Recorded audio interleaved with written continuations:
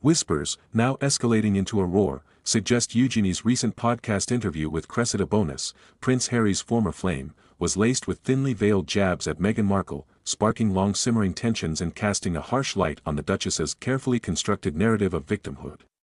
The carefully curated image of a wronged royal, ostracized and misunderstood, is fracturing, replaced by a portrait of a figure increasingly isolated, even within her own husband's extended family. Eugenie's podcast, ostensibly a celebration of female empowerment and candid conversation, has become a lightning rod for royal watchers.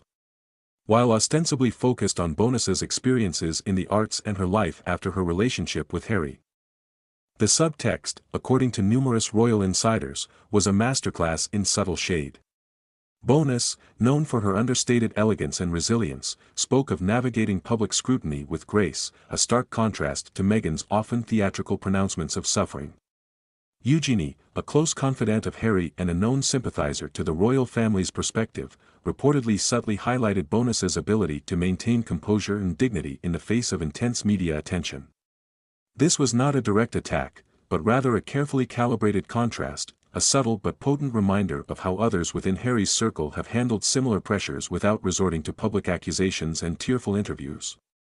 The implication, though unspoken, was deafening. Meghan's approach, in the eyes of some, was not only excessive but also damaging to the very institution she claimed to want to reform. It comes on the heels of mounting criticism against Meghan and Harry's increasingly detached existence in Montecito, a life characterized by lucrative deals and public pronouncements that often seem at odds with their stated desire for privacy. The public, and indeed, elements within the royal family, are reportedly growing weary of the constant barrage of grievances, the implication that they are the perpetual victims of a system they both exploited and then publicly denounced. Eugenie's seemingly benign conversation, therefore, becomes a potent weapon, a subtle but effective way to challenge Meghan's narrative without resorting to the kind of direct confrontation that has become the hallmark of the Sussexes' public persona. Adding fuel to the fire, insiders claim Eugenie's relationship with Harry, once a pillar of support, has become increasingly strained.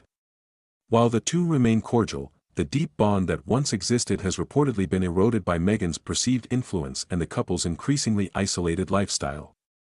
Eugenie's decision to engage in a public conversation that subtly undermines Meghan's narrative can be interpreted as a sign of this growing distance, a subtle but significant shift in the royal family's internal dynamics.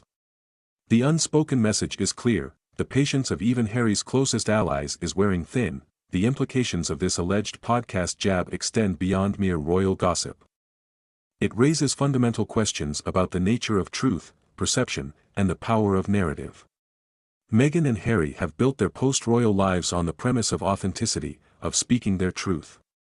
But Eugenie's subtle critique, coupled with the growing chorus of dissenting voices, suggests that their truth is not universally accepted, even within their own circle. The carefully constructed image of a wronged couple, fighting against an oppressive institution, is crumbling, revealing a more complex and nuanced reality.